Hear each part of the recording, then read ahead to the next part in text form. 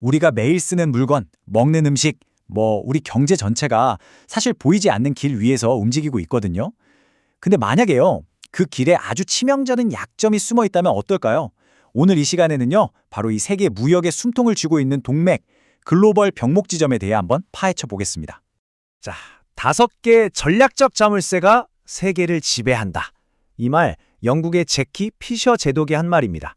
그때가 빅토리아 시대였는데 그가 말한 5곳이 바로 싱가포르, 케이프타운, 알렉산드리아, 지브롤터, 그리고 도버 해협이었어요. 이 5곳만 꽉 쥐면 그야말로 전 세계 바다를 지배할 수 있다는 뜻이었죠. 근데 그건 정말 옛날 얘기가 됐습니다. 지금은요, 그 자물쇠를 여는 열쇠가 완전히 달라졌어요. 드론이나 기후변화 같은 것들, 또 강대국 간의 치열한 경쟁 같은, 훨씬 복잡하고 새로운 위협들이 나타나면서 예전의 그 힘의 지도가 완전히 새로 그려지고 있는 거죠. 이게 먼 나라 얘기처럼 들릴 수도 있는데요. 얼마 전에 있었던 일을 한번 생각해 보세요. 이란이 호르무즈 해협을 막아버리는 가상 시나리오가 있었잖아요. 전 세계 원유랑 LNG의 5분의 1이 지나가는 곳인데 거기가 딱 막히니까 세계 경제가 말 그대로 그냥 회청했죠. 아, 이게 정말 심각한 문제구나. 다들 그때 깨달은 겁니다. 자, 그래서 오늘 좀 깊게 들어가 보려고 합니다. 먼저 왜 세계가 이 좁은 바닷길에 목을 메고 있는지, 그리고 진짜 위험한 병목 지점은 과연 어디인지 한번 살펴볼 거고요. 또 위협의 종류가 어떻게 바뀌고 있는지, 각 나라들은 어떻게 움직이고 있는지, 그리고 마지막으로 이 모든 게 우리한테 어떤 영향을 미치는지 이 순서대로 이야기 나눠보겠습니다. 네, 첫 번째 이야기, 잠긴 세상입니다. 아니, 도대체 이 좁디 좁은 바닷길이 어떻게 전 세계 경제를 쥐락펴락할 수 있는 걸까요? 그 답은 아주 간단합니다. 바로 해상 운송이 그만큼 절대적으로 중요하기 때문이에요. 아무리 비행기가 빠르고 기차가 발달해도 한 번에 대량의 짐을 저렴하게 옮기는 데는 배만한 게 없거든요. 실제로 전 세계 수출 물량의 무려 85%가 아직도 바다를 통해서 운송됩니다.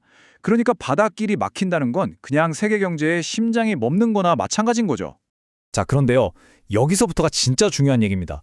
우리가 계속 호르무즈 했잖아요. 근데 이코노미스트 분석을 보니까 사실은 그보다 훨씬 더 치명적인 병목 지점들이 세계 곳곳에 숨어 있다는 거예요. 좋습니다. 그럼 그 진짜 위험한 곳들이 대체 어디일까요? 지금부터 호르무즈를 넘어서 세계 경제에 숨겨진 아킬레스건들을 하나씩 짚어보겠습니다. 그 전에 병목지점이라는 말이 정확히 뭔지부터 딱 짚고 갈게요. 말 그대로예요. 병의 목 부분처럼 길이 확 좁아지는 곳. 전략적으로도 중요하고 상업적으로도 반드시 지나가야만 하는 그런 길목을 말합니다.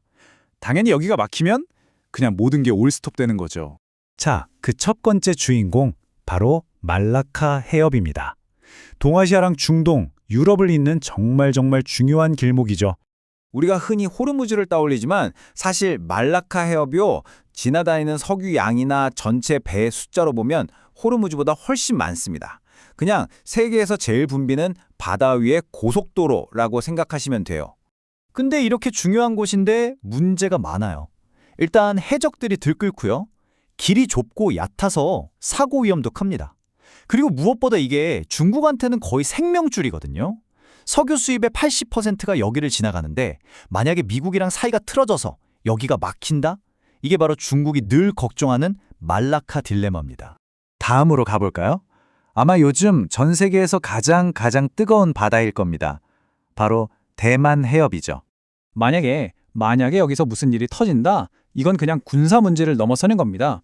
지금 우리가 쓰는 스마트폰, 컴퓨터, 자동차, 여기에 들어가는 세상에서 제일 좋은 반도체 있잖아요. 그 90%가 대만에서 만들어져요. 그러니까 대만 해협이 막히면 전 세계 첨단 산업이 그냥 그 자리에서 멈춰버리는 겁니다. 자, 이번엔 지구 반대편 아메리카 대륙으로 한번 가보겠습니다. 대서양과 태평양을 이어주는 그야말로 마법 같은 지름길이죠. 파나마 운하입니다. 근데 여기를 위협하는 건 좀 특이해요. 무슨 군사적인 충돌 이런 게 아니고요. 바로 기후변화입니다. 비가 너무 안 와서 기록적인 가뭄이 드니까 운하에 물이 없는 거예요.